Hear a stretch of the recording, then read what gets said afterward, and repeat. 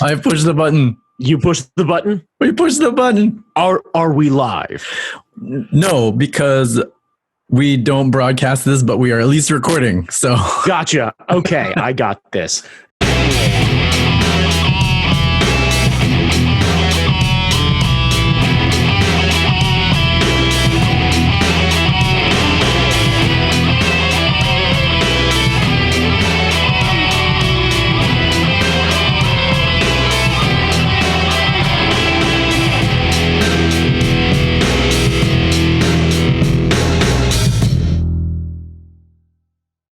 Ladies and gentlemen, live from tape from the fucking Do It Studios, it's the fucking Do It Cast!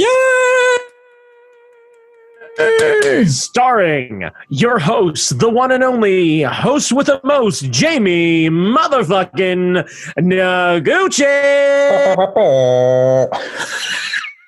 And to his right, stage left, his co-host with the mo-host, a guy who does not belong on the Hard Knock Media Podcasting Network, but is grandfathered in anyway by kindness and understanding. Yeah. Your one and only favorite fat friend of mine, Brandon Chalmers. That's right, I have no nickname. Ever since I left Super Art Fight, I have absolutely no surname or moniker. I am just that dude. You don't want to be Balmer Brandon? Balmer Brandon. I mean, that is my like gamer tag, I guess, on PlayStation. I mean that's been kind of my go-to for things. Balmer Brandon. How about Balmer. Bruiser Brandon? Big ass Brandon. Yeah, I'd like to be less big ass personally, but you know, that COVID got me hanging out way too much. BMOC Brandon. BMOC. BMOC, big man on campus. Oh, good Lord. Jamie Noguchi, let's... BMF, bad motherfucker on campus. I think we're workshopping this into me being way better than I actually am, genuinely. Good sir. I think what we need to do is we need to remind the motherfuckers who we are and where we come from. Jamie Noguchi, what's the name of the podcast? We are the fucking Do It Podcast. We are part of the Hard Knock Media Podcasting Network. Didn't we already do that? I think we kind of did, but I'm a little confused as to why you needed to look off in the distance somehow, because and try and figure it out. And just like, where am I? I was trying to figure out what was going on. Like, why are we doing the intro again? For those of you who are, well, one, because we didn't actually hit the post of where we were from. We named the podcast. Oh. But you stared off into the distance, unsure where we are. So let me go ahead and break it down for the ladies and gentlemen. We're from the DMV. I am Brandon Chalmers. You are Jamie Noguchi. This is the fucking Do It Cast. We are part of the Hard Knock Media Podcasting Network. That means NOC, as in Nerds of Color, as in not me.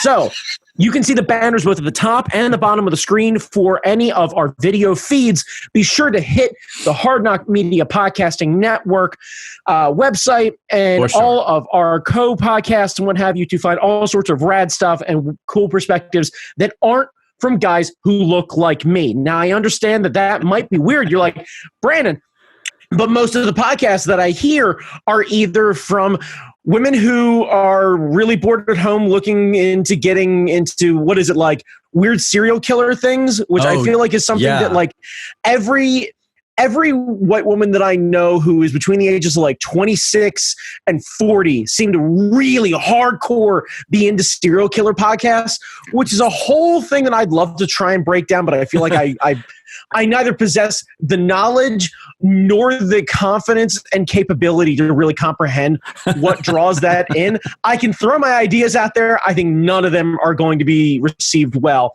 Everyone likes murder, I guess. Yeah. Otherwise, you end up listening to a podcast in most cases from a dude who looks like me. And frankly, nobody needs any more of my opinion. And yet somehow here we are. That's why our podcast, as lowbrow and bottom tier as it is, we are intersectional. Yes.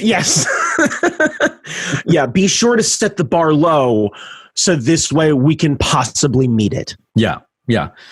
When you want to hear some good, thoughtful content about ethnicity and entertainment and how those two intertwine and interact, you got the whole rest of the network. When you want to come and listen to some dumb bullshit from Brandon and me, which is basically two friends just bullshitting, that's what we're here for. Yeah. Now let's be fair. The fucking DuoCast at its core is you and I trying to break down usually some sort of thing that happens or some sort of question mark that's going on in the world. Now, normally what we would do in the before time, pre-COVID, we would end up taking things that we see as being kind of off in the world and trying to make them better. Try and figure out why we've stagnated so much and try and figure out how we make that right. Now, with us sitting at home, our ability to tackle some things, they've been kind of, what's the best way to put this? Nerfed? Yeah. Nerfed. Yeah. I think nerfed might be the best way to put it, because our normal solutions of go out and support the thing, go and do yada yada, very limited at the moment. Yeah. So I want to be understanding about this. If you go back and listen to some of our older episodes, much more ambitious, because we were able to be like full Aladdin, where like Jamie tries explaining something to me and just like starts leaning. He's like, I can show you the world. Yeah. I'm like, yeah, look at some new shit. On. Go somewhere. Yeah. Yeah. And now it's like, I can show you your couch. So yeah, this is where we are. I can show you a couch that has my butt print. And if I sit there, it will stay there forever and a day. A whole new couch.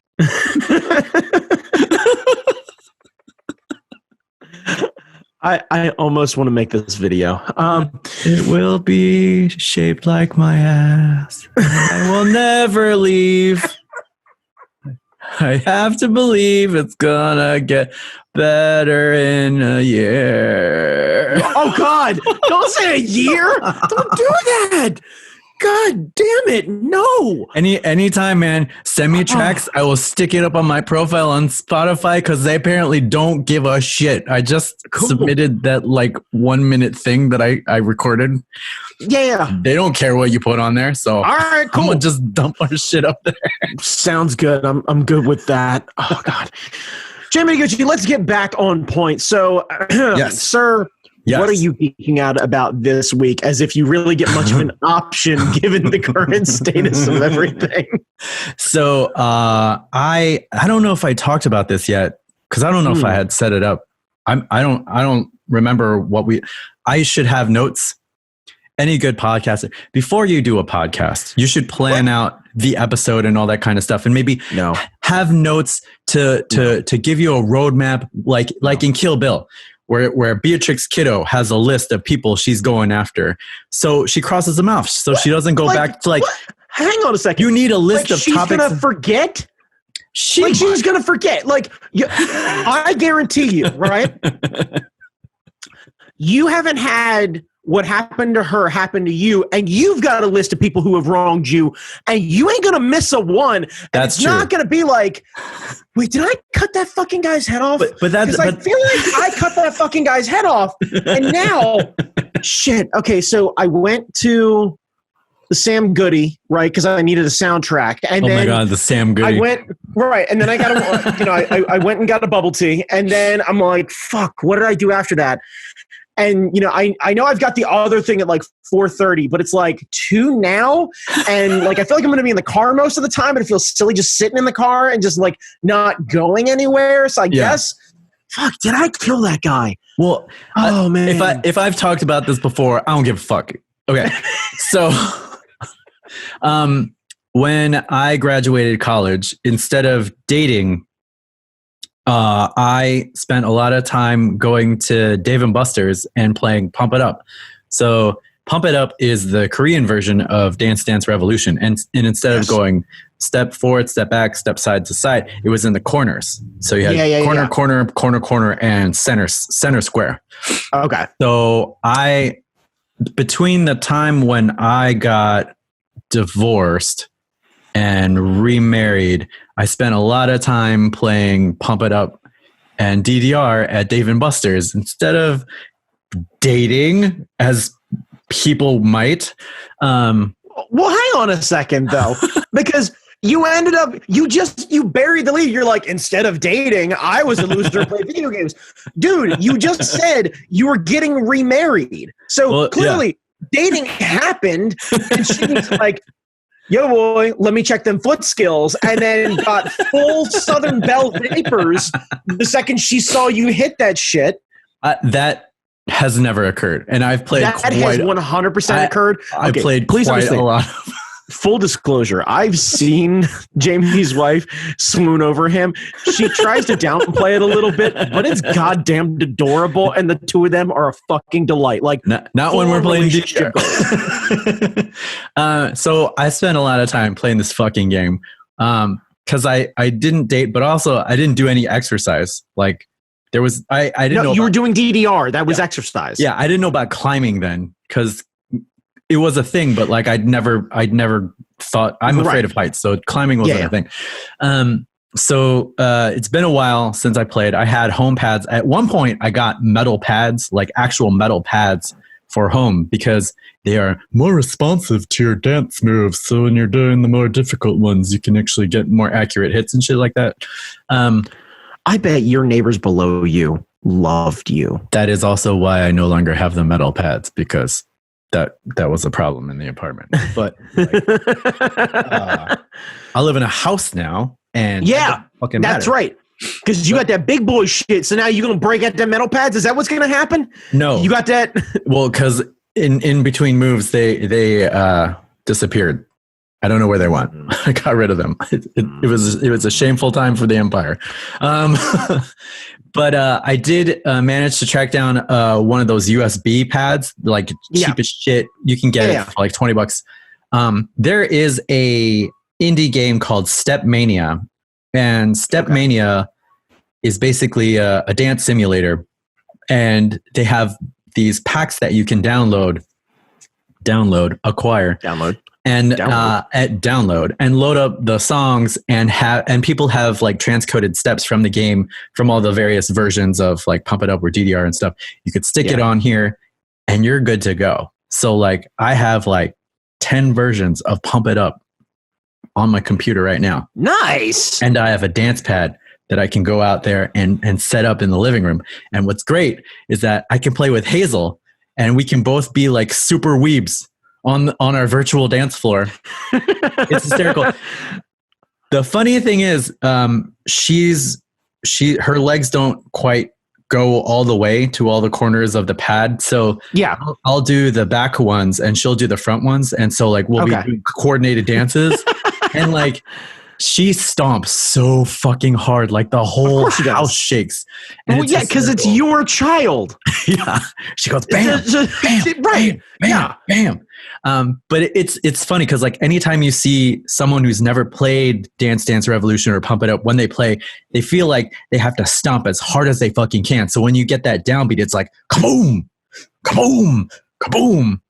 And we've been playing for like a week now, and Hazel's starting to get it that like you don't have to stomp so loud. Yeah, and if you step lighter, you can be lighter on your feet and actually catch some of these things. Some of the songs the timing needs to be finessed a little bit, but I mean, it's great. It's hysterical. Okay. It's a lot of fun. Nice. We're moving, so that helps. Yeah. No, that's good.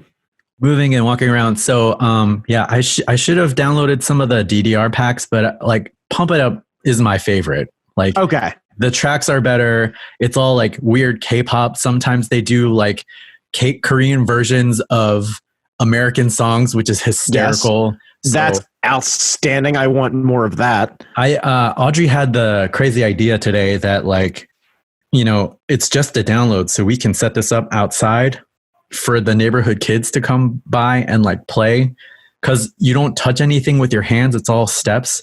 And if we had like a big enough chalk circle, we could like have people standing like 6 feet apart and stuff. And I was like, I don't know, that might be a little much. And then I thought about it. I was like, depending on how long this fucking goes, we might need to actually do that. He figured that out. Yeah. So I don't know. It's a lot of fun. At the very least, it might be time to contact one of your metal fabricating friends and see if maybe you can get those metal pads rocking and rolling. Yeah. I don't know how to program or solder, but it seems to me that the mechanism isn't very difficult to figure out. It's just I just assume it would be some sort of like metal casing to protect the cheap pad. So this way the cheap pad doesn't go the way of the dodo. Yeah. And just like, basically kind of cookie sheet the way in between. Yeah. And you just use the metal as a way to essentially keep things from getting all tore up and then just have them die cut in whatever. Yeah. I don't know. Yeah. I'm sure people far smarter than me can figure this stuff out. Yeah. But the nice thing is there's a coin mode because this game is apparently made to be in a cabinet situation. So like, nice, it's formatted to be in a, so like you could dump it on a disc or like a Mac Mini or whatever and stick it into a cabinet. Raspberry Pi sort of thing or something like that? I'm sure you can run it off of a Pi. I should look into this.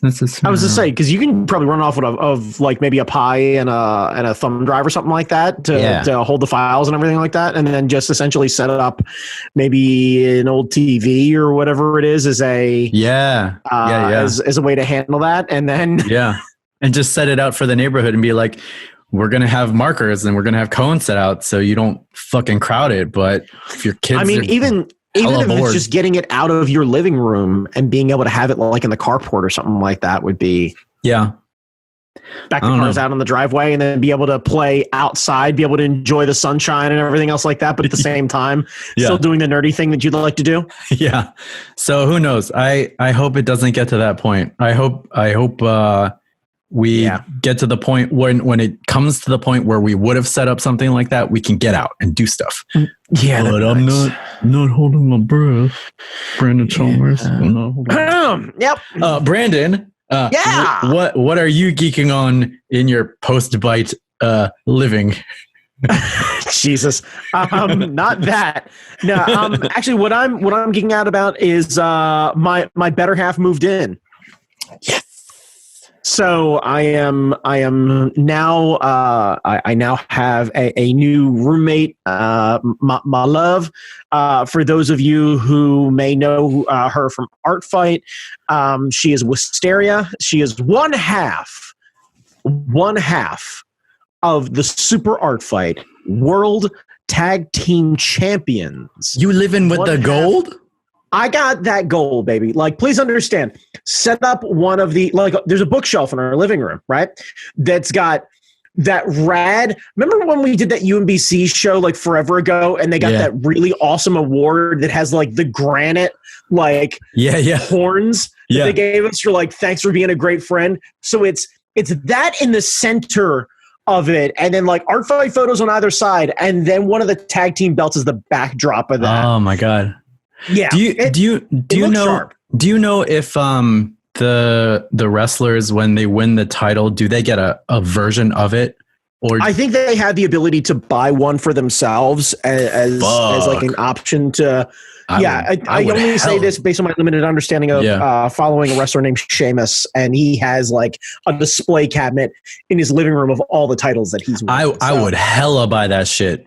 Yeah, I assume so too. Like I assume that, you get that opportunity, probably whatever costs, probably, I don't know, $1,200 or something like that. It's probably a reasonable sort of thing. I'm just like, you know what? I would put the money. I would put it in the money because I would totally do the same. Because you deserve that shit. Yeah. So I will put in the money for that. But so that's there. We got all those things moved in. So cool. Yep, everything's starting to get unpacked. The office is going to be a whole experience. We're sharing an office space, so sure. My half of the office is, it's condensing a little bit. It's kind of reorganizing a few things. It's switching some furniture around, and then we'll get her kind of set up, and then we'll both be able to be down here working on things and music and art and hanging out and podcasts and what have you. So yeah, man. It's been very good. You know what makes a great divider is a nice tube amp. Tube amp in the middle. Honey, what's this? It's a wall / tube amp. Yeah, I was just thinking about taping a line on the floor like an 80s sitcom tom, but whatever. Nah. That's fine. We can do, your idea is much better. You put a tube amp there, it's a wall. No one's going to mistake it for like, I can cross it. You can't cross shit. It's a tube amp. You can't cross it. Yeah. Yeah. And if the physicality of the tube amp doesn't work, you turn it from 1 to 2 and no one's getting near you. Yeah, that's the plus side. There is no like subtlety that happens there. Fucking tube amps. Why are they so goddamn loud? Old British shit. They must have been deaf as hell, because I have a Fender, fuck whatever that is, like a blues. I don't know what the hell that is. Yeah. I go from 0 to 1. And like my neighbors are knocking on the door. I go from 1 to 2. I have to stand outside and play the guitar outside to so I don't pop an eardrum. Yeah. I've never gone up to 3. I've never, even when we were playing the auto bar with that, me and Johnny plugged into that amp, did not go above 2.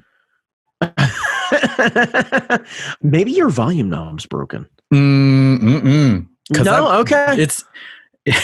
I put in fresh tubes and it's louder. It's louder. It's like when we played that auto bar show, I think my tubes were a little bit old, so it never went above 2. I put in new tubes like shortly after that, and I was like, can I go? No, nope, you can't. You fucking can't. I like that plan. You set it to 1 and then control the volume from your guitar. Yeah. So it's like 1.9. You're working on like a V scale. You're on like a V 1.4. Yeah. Well, then the trick is like you can figure out how much volume it takes for you to go from like super clean to super dirty. So like the lead channel is loud as fuck. Like you think the clean channel is loud. The dirt channel is just fucking disgusting. Well, yeah, of course. Well, so, you add overdrive to anything, and suddenly it goes through the roof. Yeah. So like the scale from like clean to I'm gonna murder everyone is very very tiny, and the scale from off to on is also very tiny. So like I have to like kind of nudge up on the volume knob just a teensy, and I get a little bit of clean, and then a little bit more. It's like,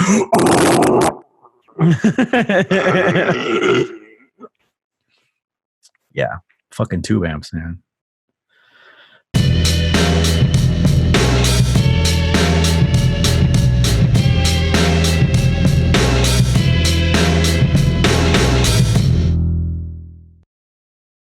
Brandon. Yeah. We have a topic for today.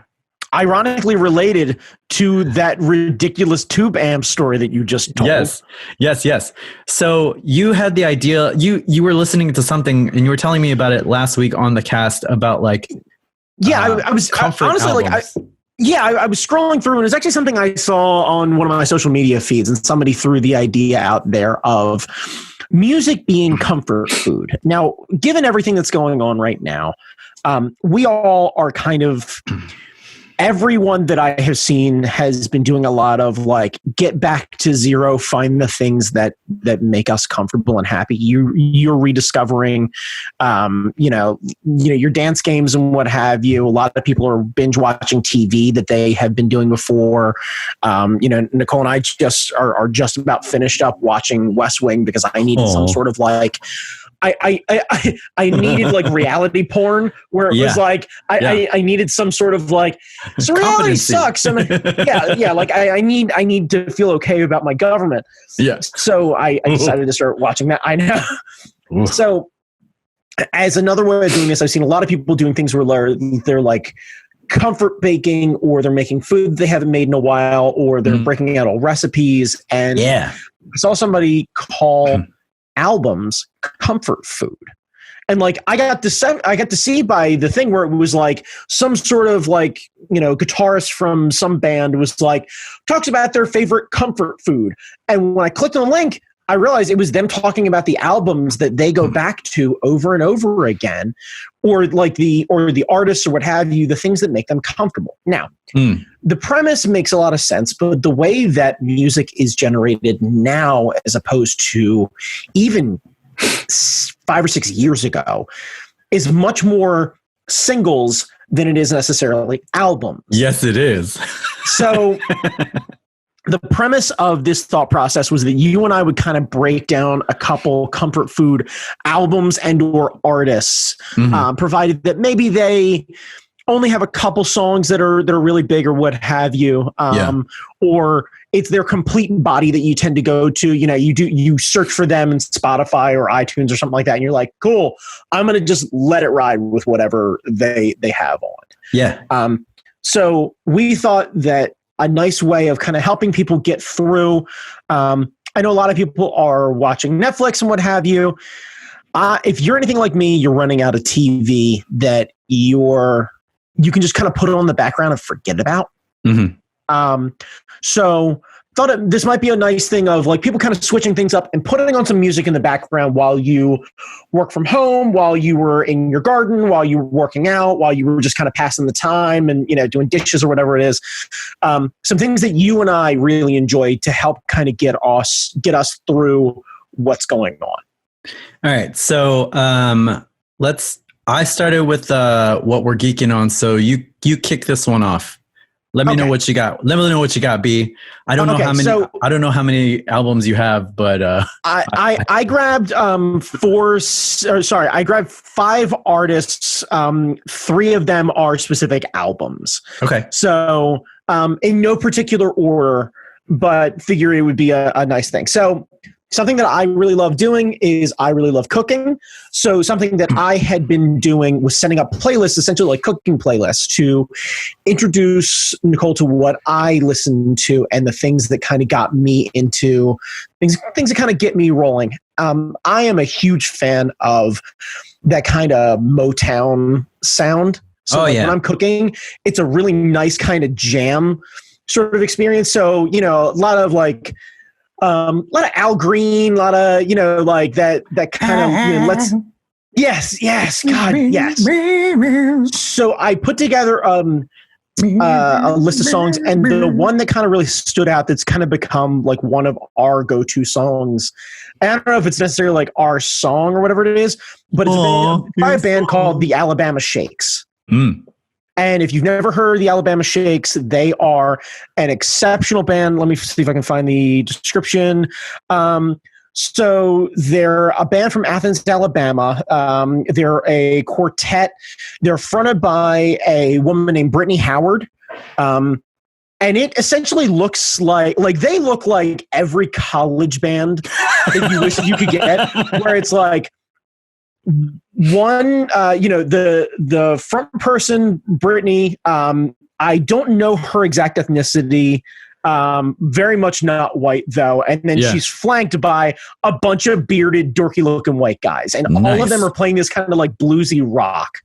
And the album for me is the 2012 one called Boys and Girls. And if you're looking for the songs that really get me, the title track Hold On was the one that they got very popular for a while back. But for me, there's a song called Be Mine that is super good. And she starts croning into it, because like the beautiful part about her voice is it's very deep and very wide. And she starts growling into it. Like you can tell she's inspired by old blues, Wilson Pickett kind of Otis Redding, very kind of growly, not afraid to get deep in that fucking throat kind of singing. Yeah. And when that comes from a female-led voice, it is super good. That's fucking awesome. Yeah. So she is super great. Just search Alabama Shakes on any sort of you know, Spotify or iTunes or you know, Apple Music or what have you. You can definitely find her. Nice. But yeah, so that would be my first one. What is your first one? So Jimi Hendrix, anything Jimi Hendrix.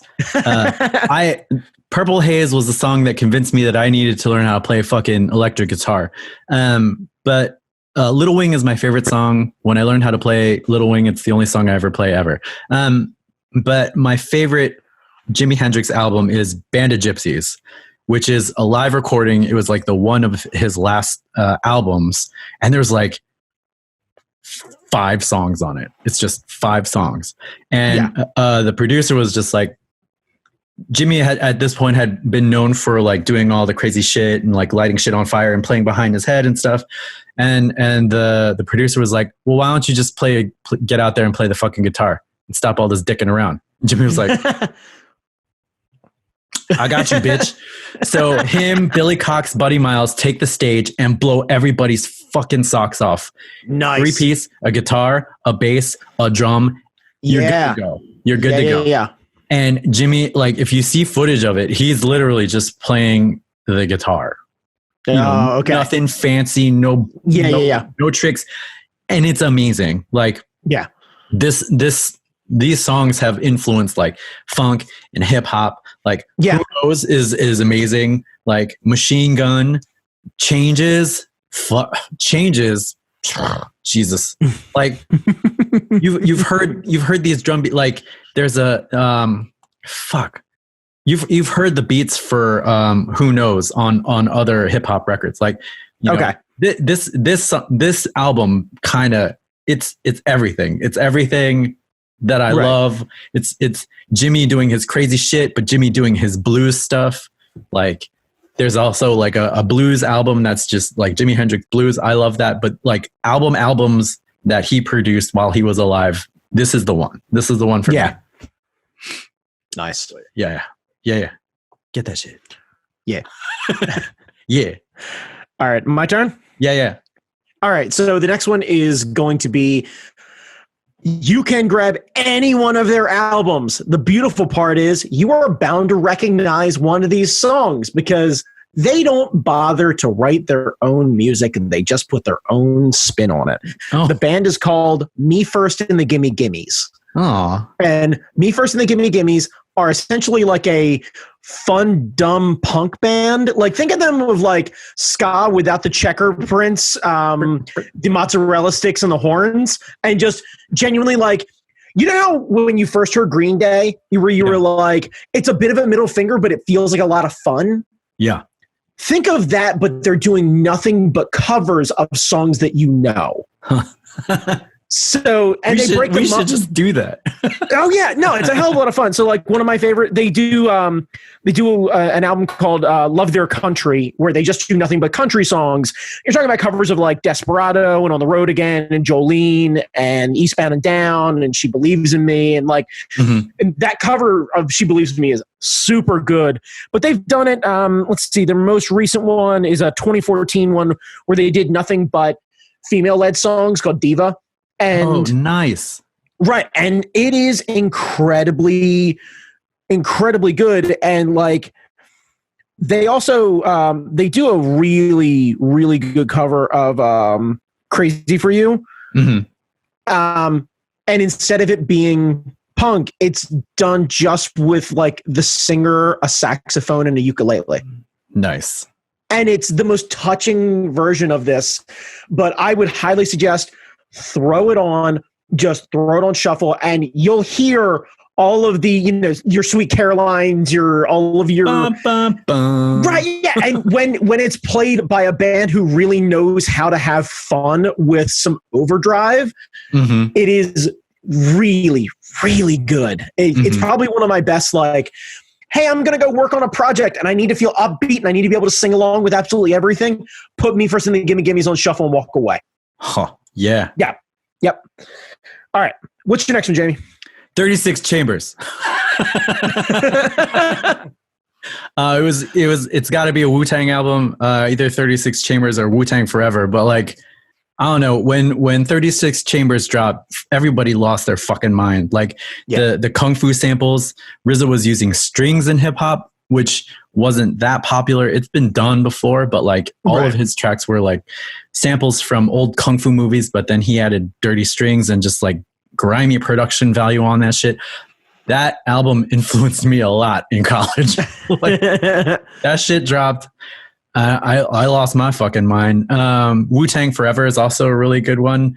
The Reunited song is just every member of the clan dropping their dick and like slapping people in the face. It was nice. That song, there's no hook. It's just all the members of Wu-Tang coming out with a statement. I fucking love that album. But 36 Chambers is the one that kind of blew my mind. Nice. I mean, the GZA has a great album. Old Dirty's first album has this really good song, Cutting Heads, but like 36 Chambers to me kicked it off. So yeah, I don't know what else to say. Wu-Tang Clan ain't nothing to fuck with. I mean, yeah. I have zero argument there. All right. Yeah. All right. So my next one, complete opposite direction. 2009 prog rock. Band's called Mastodon.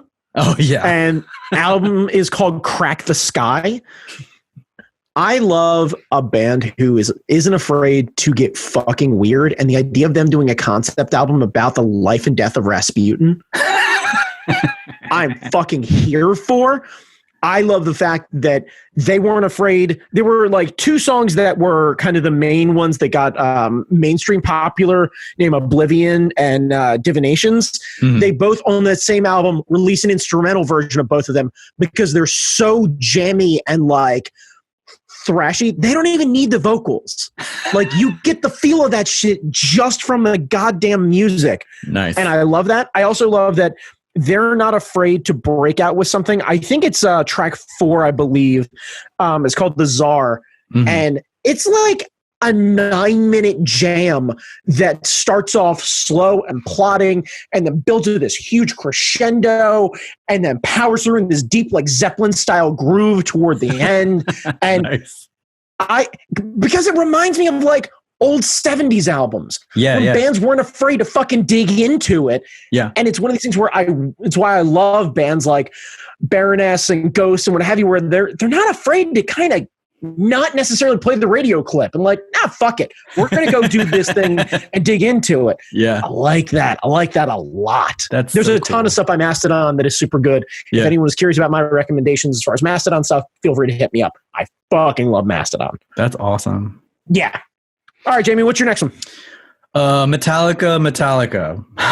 It was either this or Justice for All.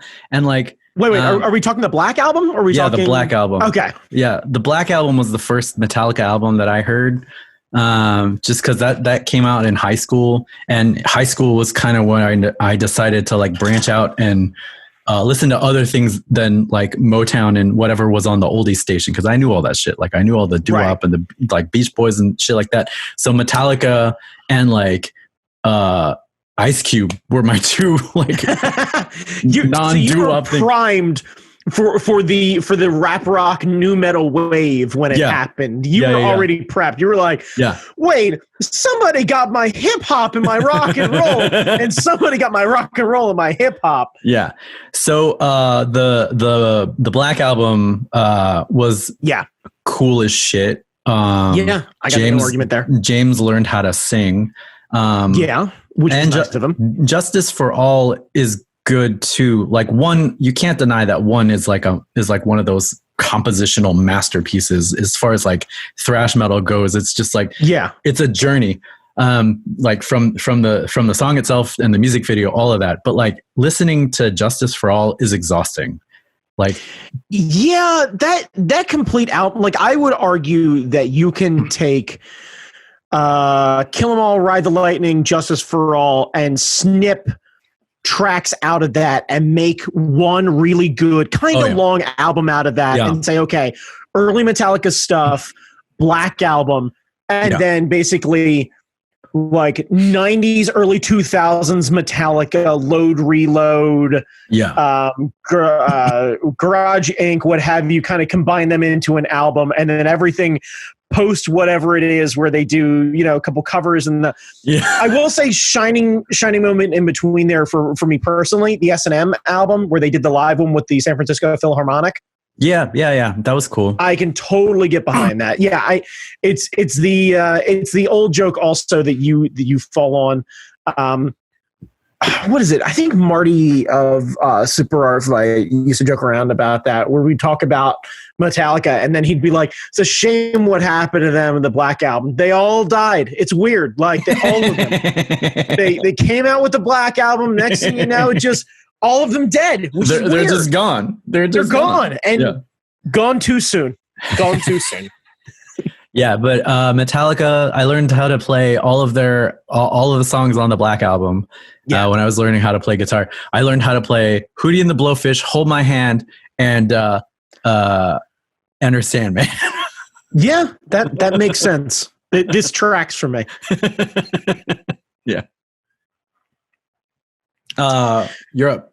Yep. So one of the tracks that I learned how to play first, one of the albums I kind of learned how to play rhythm from, because the rhythm guitarist in this band is my absolute favorite. And the album is called Highway to Hell. Band is AC/DC. Yeah. And it was my first album. So when I was a kid growing up, you start to hear things or whatever it is. The first CD I actually got, my dad went out, bought it for me, handed it to me, and went, "Here, listen to this." And essentially, this was my introduction into everything. And it really shaped how I listened to music. Nice. And it is incredibly good. And you owe it to yourself to go and listen to that album front to back, because it is incredibly good. Yeah. The one I would probably go with personally, you want to go with track 8. If You Want Blood, You Got It. There Nice. is no other AC/DC track, as far as I'm concerned, that builds and jams and grooves and is as complete as If You Want Blood, You Got It. And I don't care what sort of, your Highway to Hell's, Highway to Hell, Thunderstruck, all your Back in Black shit, whatever it is. No. It's also the last one that Bon Scott was on, the original singer, and I have nothing against Brian Johnson, the new singer. Yeah.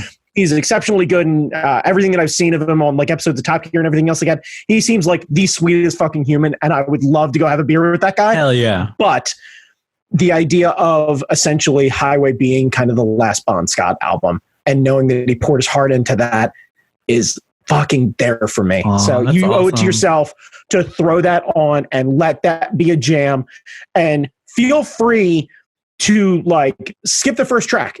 Everyone I know has heard Highway to Hell. Yeah. Skip it. Go to track 2 and then just let the thing play. I promise you, you will be excited and it'll feel good and it'll feel sharp, and you'll be like, fuck, when was this album made? And you realize 79? Really? So good. Yeah. So fucking good. Yeah. When it's good, it's that good that it's timeless. Mm. All right, Jamie.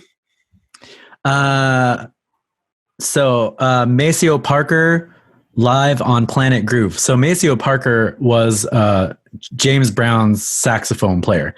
Okay. I forgot which song, but I forgot which James Brown song he says, but it's like, Maceo, blow your horn. And it's Maceo Parker playing the tenor saxophone. It's the shit. Anyway, he got fed up because James Brown's kind of a dickhead and left and took everybody else.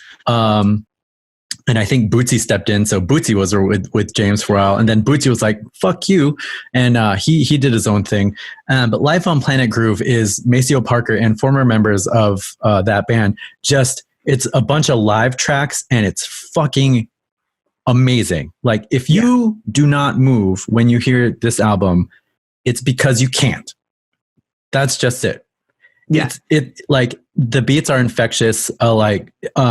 Shake Everything You Got, the very first track on there, just starts with this simple bass line. And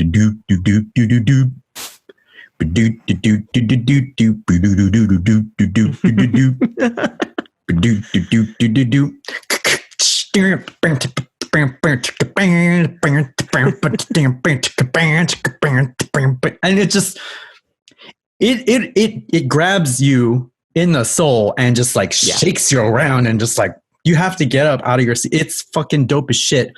Yeah. I don't know why you can't play that track off of the album on Spotify. So buy that shit.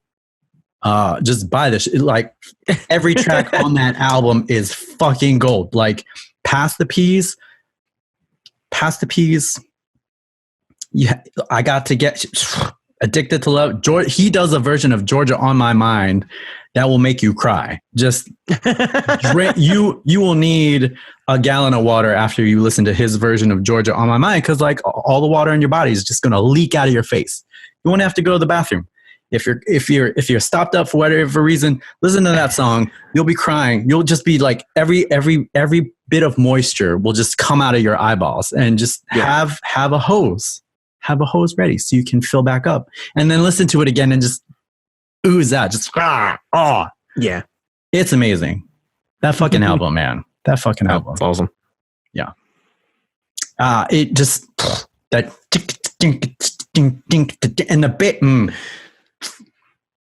the drummers, like when they each take their solos. Oh, fuck me, Jesus Christ! Get that shit. All right, Brandon. All right, so the last one I have is so this was an album that was introduced to me right after I graduated. So this would have been 2002 for me. Album was released in 99. Band is called Jimmy Eat World. Oh, yeah. And this is an album that I heard basically and I have listened to anytime things have been rough. This was the album that I listened to when I found out a lot of stuff about, my dad and his drug problem. It's the one that I found out about when I had school issues, when I had breakups, when, bad things were happening with me personally, when, let go from jobs, when, things are rough. It was like the soundtrack for my divorce when I went to go take my old dog Molly for my last walk with her while we still had her. She's still totally physically fine, but she went with my ex-wife. I listened to that album. We went out for a long one, and I listened to that album front to back. The album's called Clarity, and it is. A lot of people consider it the best Jimmy World album. It's the most influential thing that is in my world. Aww. So I would say if you want to hear what kind of goes through my head when things get rough and when I need to focus and when influential things happen, that's the soundtrack. Nice. Yeah. So front to back, and you'll find a song that you'll like more than others, and it's got a lot of different tone and what have you. But it's very, very good. Aw. Oh. All right. Well, my last one, and I've got like 50 other more that I want to talk about. I was going to say, I'm sure I've got some honorable mentions. And yeah, stuff I got more. But so there is this movie in 1993 called Judgment Night. Have you ever heard of this film, Brandon Chalmers? I have. Wait. The answer is no, because it sucked. It had Ice Cube and Ice-T in it, and they were somebody stole something from somewhere, and they were going to storm this building because there was treasure. It was a treasure hunt. It was a whole mess. People were excited because like both of the Ices are going to be in the same movie, and you watch this movie, you're like, why the fuck am I watching this movie? Nobody remembers this movie because it was no good. It was no good. No bueno. No. However, fair enough. The soundtrack is fucking dope because they took artists from hardcore rap and like fucking metal and like peanut butter and jelly, mushed that shit together and came out with this amazing album. So let me run down this lineup, if you will. Yeah, I'm gonna look this up right now. You said the name of the Judgment Night? Judgment Night, music from the motion picture soundtrack. So, first track has Helmet and House of Pain. Okay. Second track. I'm here for this. Second track, Teenage Fan Club, De La Soul. All right. Third track, Living Color, Run DMC. Hell yeah. The title track, Judgment Night, Biohazard and Onyx. I'm here for all of that. They follow that up with a little bit of Slayer and Ice-T. Yes. Then we have Faith No More, Booyah Tribe. Okay. Sonic Youth and Cypress Hill. Mm-hmm. Mudhoney and Sir Mix-a-Lot. Dinosaur Jr. and Del the Funky Homo Sapien. That feels really rad. Yeah. Two more. Therapy and Fatal. I'm unfamiliar with those two, but they put out an amazing track. And then to cap it all off, the pièce de résistance, you have Cypress Hill and Jeremy Spoke to fucking Pearl Jam together on a track called The Real Thing. Is that the quintessential track from that album, you think? Front to back, Brandon. Front to back? All right, fair enough. Well, just put it on and be like, I'm back in 93. I'm going to punch somebody. I'm going to kick this shit out of, I'm going to beat the shit out of everybody. This soundtrack, Brandon, this soundtrack gives you feelings. It's all the same feeling, like rage and anger, but it gives you feelings. Yeah. So what you're saying is it's what Rage Against the Machine wishes it was now. Yeah. Boy, howdy, am I excited about Tom Morello's masterclass, though. Yeah, I keep seeing those on YouTube. Now, unlike Rage Against the Machine, this album says nothing. Like, it's a bunch of it's flexing. It's flexing. Like you have metal bands and you have hip hop artists that sometimes talk about stuff, but a lot of times they don't talk about stuff. So it's not a woke album. But it makes you feel things. It makes you want to beat the shit out of whoever has done an injustice to you. So so tone more than anything else. Yeah, tone. Okay, fair enough. It's not saying anything. Like the song titles are like Just Another Victim, Me, Myself, and My Microphone, Disorder, Another Body Murdered, Freak Mama. I mean, like, they ain't saying shit. Right. We're killing people and we're fucking. So, but. Gotcha. Yeah.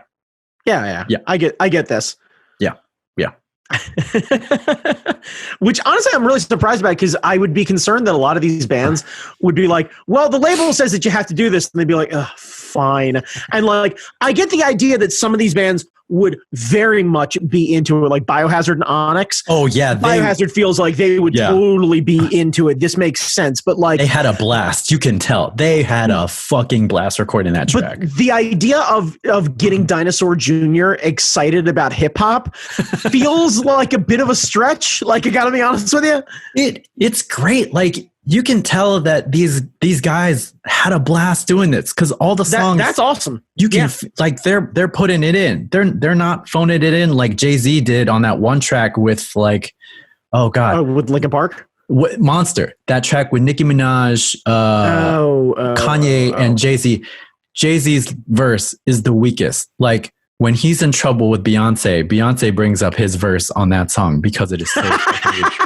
Like, Nicki Minaj ate his breakfast on that track. Nicki Minaj buried him, buried Kanye, buried their family members, buried their entire careers on that track. So like, so what you're saying is somewhere in North Hollywood, Nicki Minaj is digging a hole that just says Northwest on a board sitting above it. They're fucking dead. They're just fucking dead. They're fucking dead. Wow. Yeah. So no one phones it in like Jay-Z did on that song. I'm sorry. They all bring it. They all have a blast. It's fucking great. I love it. Okay. All right. Do you have any honorable mentions? Honorable mentions for me, probably a couple. One, like, genuinely, Dave Grohl and the Foo Fighters. Fucking anything that guy touches. Dave Grohl's such a delightful human. Like, just go and listen to that. Probably going along with that, Queens of the Stone Age are super great. Let's see, what else was from my... So something, probably the one that I'll throw out there for my cooking mix, some real good jams from that, because that's been the fun stuff. You Want Anything by Young MC. You want to throw on some good stuff. Old Bare Naked Ladies are always fun when they're up in it. You owe it to yourself to have Love Shack on any sort of cooking mix, because it's a sing-along sort of thing. What else? As a rule, if you are in a relationship with anyone, regardless of their eye color, and you are trying to impress them and cook dinner, and you do not have Van Morrison's Brown Eye Girl on that list, you are doing it wrong. Because it's such a sweet song. And you can be over there stirring noodles and joking around with them, whatever it is. Stirring them. Yeah. Then you're just like, simple shit. Little bit of pasta, start putting that in the slow cooker. whatever it is, you're baking a little bit of garlic bread, you're chit-chatting, oh yeah, no, I do this all the time, yada, yada, yada. Meanwhile, you're in a low-key panic, making sure you're not burning the bread or what have you. Yeah, you owe it to yourself to get some of those things in there. What else? You probably want to do some fun stuff, 90s things, New Radicals, You Get What You Give. There's kind of jam songs that you can kind of sing along with. Everything kind of feels good. But yeah, you definitely want to do those. You want to get a bit of hooties going on. Seriously. Yeah, because like everyone sings along with Hootie. Yeah. Everyone. Yeah. Like that's how I learned how to play and sing. Right. Yeah. That's how most guys did it. So yeah, I would highly suggest that. But yeah, that's really the takeaways that I would have would be if you don't have Van Morrison and the B-52s on your cooking mix, you're just doing it wrong. Yeah. Hell yeah. Man, I have so many weird fucking things. Like one of my favorite artists is Big Mama Thornton. She's an old blues singer. She did the original version of Hound Dog. Hound Dog was written for her. Okay, right. And like she does a very way like guttural and just like you ain't nothing but a hound. And God, you hear that version, and then you hear Elvis. You want to dig up his not corpse and punch it in the teeth because it's whack as shit. Hound Dog is his version of Hound Dog is the wackest shit you have ever fucking heard. Go home, get you some Big Mama Thornton. Big Mama Thornton like kicks him in the gold plated peanut butter sandwich eating colon. Fuck that shit. Fuck that shit. Big Mama Thornton is amazing. Oh my God, we gotta do that. Hang on, I gotta see what the date is. Keep going. Yeah. By the way, knowing that, you really need to go listen to that Alabama Shakes album. Okay. Anything by Missy Elliott. Missy Elliott is timeless. She was timeless in the 90s when she dropped like all of her albums, and then she took a break and then came back. And when she came back, she's still fucking gold as shit. Anything by Missy Elliott puts me in a good mood. Anything by Earth, Wind and Fire puts me in a good mood. Nothing but hits. We went to a concert of Earth, Wind and Fire, and every track, every song, everything they played was a number one at some point in my lifetime. So like anytime I'm feeling shitty, Earth, Wind and Fire puts a smile on my face. My favorite song is Groove Tonight because it's a bunch of robots singing. Yeah. Dope as fuck. There's an album called Nativity in Black.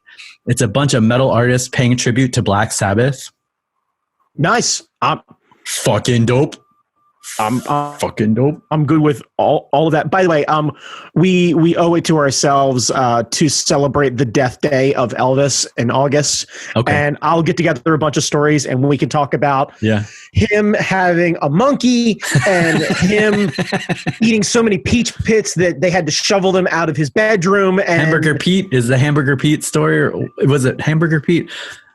Don and Mike used to do like celebration of Elvis Death Day. Yeah. Yes. We need to get together the Elvis Death Day tribute show essentially and do that. Yeah. We can go through all of the things and piss off every old white person you know by completely just throwing away any sort of love of Elvis Presley, and we just throw him under the bus and talk about what a weird, awful, stealing ass motherfucker he was. Like, I am here for all of that. Yeah. There's another compilation album called Kiss My Ass, where a bunch of random artists pay tribute to Kiss. Garth Brooks does an amazing version of Hard Luck Woman. Or hard luck woman. What? Hard luck woman. Did you just say Garth Brooks does an amazing version? Because everything else just became white noise after you said that. Like I thought I heard you say that. Yeah, it's a Kiss tribute album. Garth Brooks does a Peter Criss song, and Peter Criss, I mean, he hasn't done anything since. So you know why? Because Garth Brooks killed him. Okay, all right. There's an album, DJ Cool. The Let Me Clear My Throat, it's like a EP or something. There's like 5 tracks on it, but like the Let Me Clear My Throat old school remix with Dougie Fresh and Biz Markie.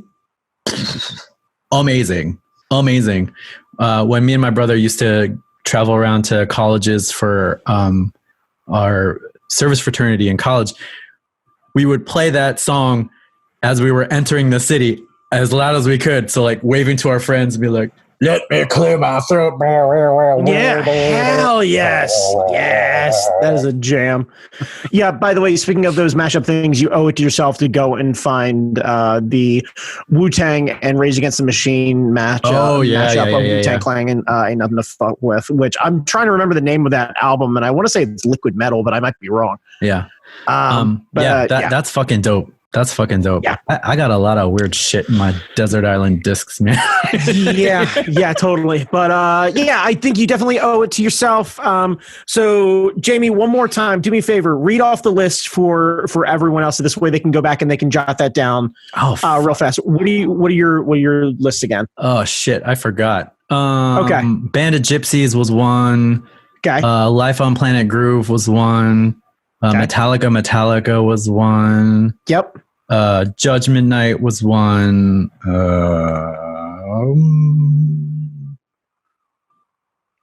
Liquid Swords. Something. 36 Chambers. Yeah. Those were my 5. Yeah. Yep. Out of order. Yeah, completely out of order. So for me, once again, Alabama Shakes. Anything really by them, but their first album, Me First and the Gimme's genuinely anything by them. Mastodon's Crack the Sky album, AC/DC's Highway to Hell, and Jimmy Eat World Clarity. Yeah. So kids, do yourselves a favor, throw them on a list, make a Brandon Mint list, make a Jamie list, what have you.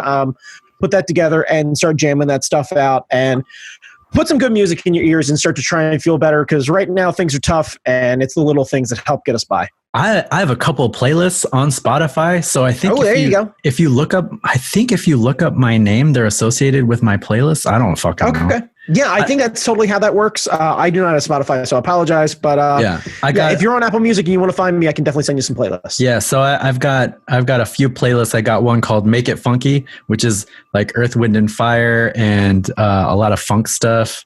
Nice. There's one called Soundtracking, which is a lot of my favorite soundtracks, including the fucking Pacific Rim song, which is fucking dope. Hell yes. And that the Kill Bill song, Death with Honor, like the guitar one. Oh yeah. Yes. Bam, bam, bam. I got songs in the key of Fuck Yeah, which is a lot of rock and Jimi Hendrix, and then all the hip hop in, which is a whole bunch of hip hop shit that I'm into. So like if you see my name, besides listening to all my singles that are going to be dropping soon, hell yeah, you can check out all the playlists and stuff. Pick up an instrument. Now's the time. You ain't got shit to do. Pick up an instrument. Yeah. It's probably not a bad idea. So you should definitely do that. Start singing it out. At the very least, start singing along with some of this stuff. Ain't nothing wrong. You can find that voice going. Yeah, you can find a shit ass guitar for like under $100. Probably closer to 50 if you're a bargain shopper. Fuck that, man. Go cheap on it. Go pick yourself up a harmonica, break out the campfire, and go full fucking John Popper. You all right? Yeah. Or if you got a pan and you got a chopstick, you got a drum. So like tappa. Or like the weird mouth harp shit. Oh yeah, the juice harp or whatever it is. Yeah. Go with one of those. Go get a kazoo, what have you. But make a little music. Yeah, if you've always thought that you wanted to pick up an instrument, whatever it is, get it or find, because there's a version of the thing that you want to play near you that is affordable. I guarantee you. It doesn't have to be fancy. It doesn't have to be. Nope. It doesn't have to be a PRS. Like if you want to learn how to play guitar, there's an auction site on Goodwill has an auction site, and a lot of the shit on the Goodwill auction site goes for like $2 or $3. You can find like fancy camera equipment on there for like $10 because people may not know what the fuck they have on there. But I've seen auctions for like guitars that they just don't have room for. So if you've ever wanted to play guitar, pick one up. Yeah. Genuinely, you can pick up one, and don't be afraid of picking up one of those ones in like the beginner guitar packs or whatever it is. Yeah. Pick up one by Yamaha or Ibanez or whatever it is. It'll be $100. You get a case with it and everything else again. It's a perfectly fine acoustic guitar. Learn how to play. You'll be good. Like it'll be super good. And then you can gift it to some other kid later on or what have you, and just kind of pass it on. But yeah, you owe it to yourself, especially now with how things are, and you happen to be home or whatever it is. Now's the time to start following those passions. And it makes draw, make music, whatever you can do. If video games are your thing, by all means, dig into the video games. But now is not the time to be skittish about following some passions that you can kind of do in your own home and enjoy yourself. And playing music, even if you suck, makes you feel better. Like even when I was learning how to play violin and it sounded like I was murdering small animals with tiny instruments, it was hella fun. You get to make a noise. And you're making a noise. It sounds kind of like a note, but isn't there yet. When you nail it, though, that is a whole new experience. That first time you nail it is going to be life affirming. Yeah. And of the stringed instruments, ones with frets are easier to make noises in tune than those without frets. Seriously. There's a reason why I don't have no fretless basses or fretless guitars, because I used to do that shit. And between Instagram and YouTube and just Guitar Magazine or Guitar Player being, I know this is guitar centric, but that's what we play. You can find free resources, learn how to read tablature that'll show you how to make the fingerings and the chords and stuff. So guitar is pretty easy to pick up. The wind instruments are a little bit more difficult, but there's free resources everywhere to do that shit. So I don't know, man. Play a thing. Yeah, I would say there's an infinite amount of guitar tabs out there. Ultimate-guitar.com is definitely a great resource. And there are, guitar tuner apps and play along things and what have you. And, it's now's the time, kids. Get out there, go do the thing, go enjoy yourself, be safe. Stay safe. And you can record it, and you can be an artist and put your shit on Spotify and tell us so we can listen to it. Hell yeah, man. Make that SoundCloud money. Now's the time. Now's the time to live those mumble rap dreams and make some SoundCloud money. Yeah. What else are you going to do? Yeah. I mean... Watch Community again? No. Come on. I don't watch that shit. All right, kids. Brandon Chalmers, where can people find you? You can find me on Instagram at @thatguychalmers. Jamie Noguchi, where can they find you? You can find me on Instagram at Jamie Noguchi, on Spotify at Jamie Noguchi. You can find Brandon on Spotify as soon as we get our shit together. And then wherever you find this podcast. Twitter, Angry Zen Master, but I would not jump in there right now. It's like... Yeah, weeb shit be a rough time. And angry. Like I do a lot of weeb shit and I'm very angry. So just don't do that shit. Yeah. Probably for the best. Yep. All right, kids. Stay safe. Stay safe. Stay inside. Yes, stay inside. Unless you need to buy groceries or something.